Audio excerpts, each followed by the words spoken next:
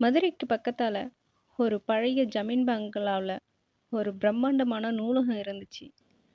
அந்த நூலகத்துக்கு ஒரு விசித்திரமான பெயர் இருக்கு.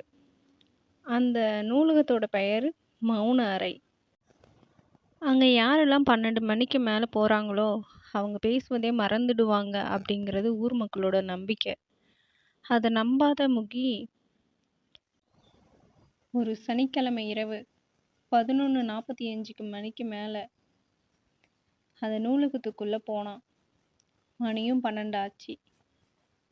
நூலகத்துக்கு ஒரு மூலையிலிருந்து ஒரு பழைய கடிகாரம் 12 முறை அடிச்சுது. அந்த கடிகார சவுண்டு வந்த மூலையில இருந்த எல்லா ஜன்னலும் தானாவே மூடிக்கிச்சு. மணியும் 12:05 ஆச்சு.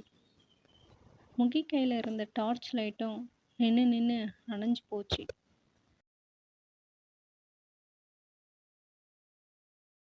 நோட்டு புத்தகங்களை கிழித்து எறிவது போன்று இருந்தது.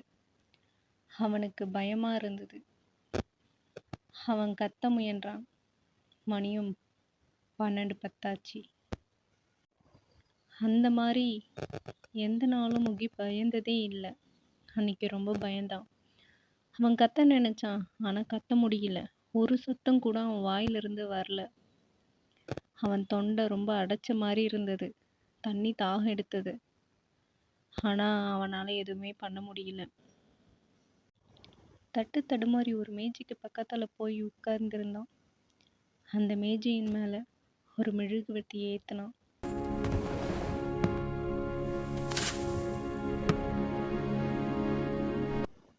அங்க ஒரு பழைய டைரி இருந்தது. அந்த டைரியின் கடைசி பக்கத்துல இரத்த சிவப்புல ஒரு வாக்கியம் எழுதப்பட்டிருந்ததை அவன் பார்த்தான். இங்கே நுழைந்தவர்கள் அனைவரும் தங்கள் ரகசியங்களை இந்த தாள்களில் விட்டு சென்று இருக்கிறார்கள். உன் ரகசியம் என்ன அப்படின்னு எழுதியிருந்தது. அவன் படிச்சுக்கிட்டு இருக்கும்போதே பின்னால ஒரு கை வந்து அவன் தோள்கள்ல பிடித்து அழுத்துவது போன்று அவனுக்கு தோணுச்சு.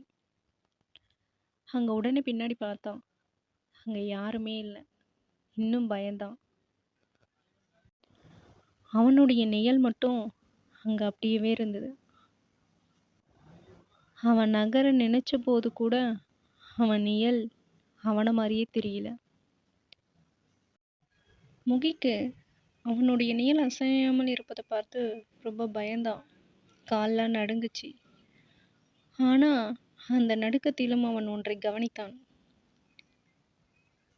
அந்த டைரியை பார்த்துதான் அவன் நிழல் நின்னது என்று அவன் கவனித்தான். அவனுக்கு அப்போது புரிந்தது. அந்த டைரியில் நாம் ஏதோ எழுத வேண்டும் என்று அவனுக்கு தோன்றியது. அவனுடைய ஒரு ரகசியத்தை எழுதினான். நடுக்கத்துடன் மேஜையில் இருந்த பேனாவை எடுத்தான். யாரிடமும் சொல்லாத ஒரு ரகசியத்தை அதில் எழுதினான். நான் உண்மையிலேயே தைரியசாலி கிடையாது. ஊர் மெச்ச வேண்டும் என்பதற்காகவே இங்கு வந்தேன் என்று உண்மையை ஒப்புக்கொண்டான். அடுத்த நிமிடமே அவன் நிழலை பார்த்தான். அவனை போன்றே தோன்றியது. இப்போது கொஞ்சம் அவன் பயம் நீங்கியது. அவன் தொண்டை லேசானது. அவன் பேச ஆரம்பித்தான். திரும்பவும் அவன் குரல் வந்தது. நூலகத்திற்கு வெளியே ஓடி வந்தான். அப்போது அவன் திரும்பி பார்த்தான். அந்த நூலகத்தை அமைதியாக தெரிந்தது. அந்த நூலகம், அந்த மௌன அறை அவனுக்கு சொல்ல வருவது உண்மையாக இரு என்ற எச்சரிக்கை என்று அவனுக்கு புரிந்தது. அந்த மௌன அறை திருடியது குரல்களை அல்ல, மனிதர்களின் போலித்தனத்தை. இந்த மர்மமான முடிவுகள் உங்களுக்கு பிடித்திருந்ததா? நீங்களும் கமெண்ட் பண்ணுங்க.